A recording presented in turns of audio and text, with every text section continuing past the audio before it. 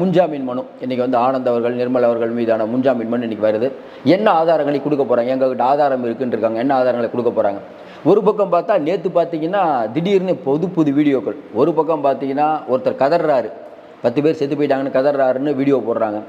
இன்னொரு பக்கம் பார்த்தீங்கன்னா அந்த கல்யாணம் ஆக போகிற அந்த 2 பேர் இறந்தவங்க 2 பேரும் அந்த மேலே தூக்குறாங்க அந்த பொண்ணை. ஏன்னா அந்த பொண்ணு மூச்சு திணறுது. இன்னொரு பக்கம் பார்த்தீங்கன்னா விஜய் அவர்கள் பேசிகிட்டு இருக்கும் போதே எல்லாரும் மயங்கி விடுறாங்க அப்படிங்கிறமான வீடியோ. ஜென்ரேட்டரை வந்து ஆஃப் பண்ண வீடியோ. இன்னொரு பக்கம் பார்த்தீங்கன்னா செருப்பு யார் எறிஞ்சா அப்படிங்கிற அந்த அவரை கட்டம் கட்டி இப்படி புது வீடியோக்கள். இப்படி இந்த வீடியோக்கள் வந்துட்டு இருந்தாலும் விஜயோடைய அந்த மவுசு இன்னும் குறிப்பாக பார்த்தீங்கன்னா அவருக்கு இருக்கக்கூடிய மக்கள் ஆதரவு குறையில. நீங்கள் எவ்வளவு தான் சொன்னாலும் திமுகவோட அபிமானிகளாக இருந்தால் திமுக வந்து செஞ்சது சரிம்பிங்க, விஜய் கட்சிக்காரங்களாக இருந்தால் விஜய் கட்சி செஞ்சது சரிம்பிங்க. நம்ம ரொம்ப தெளிவாக ஒரு விஷயம் தான் சொல்லுவோம், இந்த விஷயத்துக்கு அனைவருமே பொறுப்பேற்க வேண்டும். விசாரணை முடிந்தால் தான் யார் குற்றவாளிங்கிறது தெரியும். அதற்கு முன்பே விஜய் குற்றவாளி இன்னும் காவல்துறை குற்றவாளின்னு சொல்ல முடியாது. வெகுஜன மக்கள் என்ன நம்புறாங்க? விஜய் மேலேயும் தப்பு இருக்குங்க, காவல்துறை மேலேயும் தப்பு இருக்குங்க, அவ்வளோதான். விஜய் மேலே மட்டும் தப்புங்கிறத மக்கள் ஒத்துக்கல. இதான் நம்மளுடைய ஸ்டாண்ட்.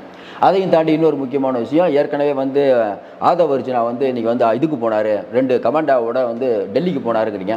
சரிங்க, நிதி ஆயோக் கூட்டத்துக்கு வந்து முதல்வர் ஏன் போனார்? மக்களுக்கு தெரியாமையாக இருக்கும். நல்லா யோசனை பாருங்க. அதே போல் தான் இதுவும்.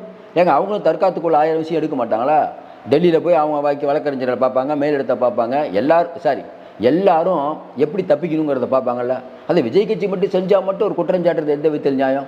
உடனே பிஜேபியோட பி டீம். நல்லா யோசனை பாருங்கள். அவர் பிஜேபி வந்து எதுக்குறாரு? எப்படிங்க பிஜேபியோட பி டீமாக இருப்பார்? நம்ம ஏற்கனவே சொன்னோம், பிஜேபி திமுக 2 பேரையும் திட்டினா, 2 பேரையும் விமர்சித்தா தமிழ்நாட்டில் எடுபடுங்கிறது சின்ன குழந்தை கேட்டால் கூட தெரியும். அது விஜய்க்கு தெரியாதான்? தொடர்ந்து விஜய் அவர்கள் வந்து ஆட்கள் வந்து ஏன் போய் வந்து நிவாரணப் பொருட்களை வழங்கவில்லை அப்படிங்கிறாங்க. நம்ம ஏற்கனவே சொன்ன மாதிரி இன்றைக்கி ஒரு சம்பவம் நடந்துருச்சு. அது யாரால் நடந்தது? முதல் நாள் அன்றைக்கி நினச்சி பாருங்கள்.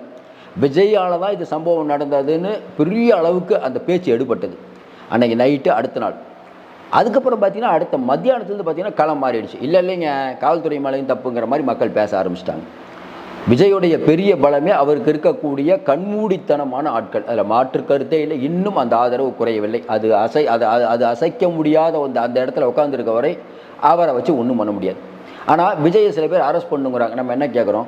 இன்றைக்கி அருணா ஜெகதீசன் கமிட்டி அறிக்கை ஒரு குழு போட்டிருக்கீங்க. அந்த குழுவில் நேற்று அவங்க என்ன சொல்கிறாங்க? விஜய் மேலேருந்து கையை காட்டியிருக்கலாம், கையை காட்டக்கூடாது, ரோட் ஷோ போகக்கூடாதுங்கிறது போலீஸுடைய விதி. அவர் எப்படிங்க கையை காட்டியிருப்பார்?